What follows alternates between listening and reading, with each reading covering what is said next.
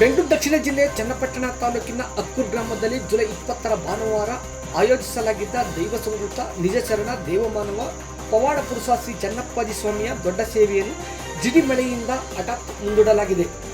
ಶನಿವಾರವೇ ಜಿಡಿಮಳೆ ಎಡಬಿಡದೆ ಸುರಿಯುತ್ತಿರುವುದರಿಂದ ಸೇವಾ ಕಾರ್ಯವನ್ನು ಮಾಡಲು ಆಯೋಜಕರು ಸ್ವಾಮಿಯ ಮೊರೆ ಹೋದ ಸಂದರ್ಭದಲ್ಲಿ ಸ್ವಾಮಿಯ ಸಲಹೆಯಂತೆ ಗ್ರಾಮ ಹಾಗೂ ಸುತ್ತಮುತ್ತಲಿನ ಗ್ರಾಮದ ಯಜಮಾನರು ಸೇವೆಯನ್ನು ತಾತ್ಕಾಲಿಕವಾಗಿ ಮುಂದೂಡಿದ್ದಾರೆ. ನಿರಂತರ 24 ತಾಸುಗಳ ಕಾಲ ಜಿಡಿಮಳೆ ಇನ್ನೂ 3 ದಿನಗಳ ಕಾಲ ಇರುವುದು ಹವಾಮಾನ ಇಲಾಖೆ ಮಾಹಿತಿಯಾಗಿದೆ.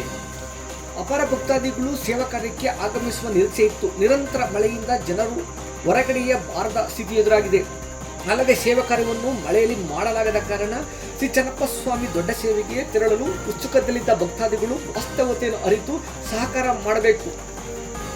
ಸ್ವಾಮಿಯ ಸೇವಾ ಕಾರ್ಯದ ಮುಂದಿನ ದಿನಾಂಕವನ್ನು ಸದ್ಯದಲ್ಲಿಯೇ ತಿಳಿಸಲಾಗುವುದು ಎಂದು ಜಿಲ್ಲೆಯ ಜನರ ನಾಡಿಮಿಡಿತ ಸಂಗ್ರಾಮ ಟಿವಿಗೆ ಸ್ವಾಮಿ ಸೇವೆಯ ಆಯೋಜಕರು ಮನವಿ ಮಾಡಿದ್ದಾರೆ.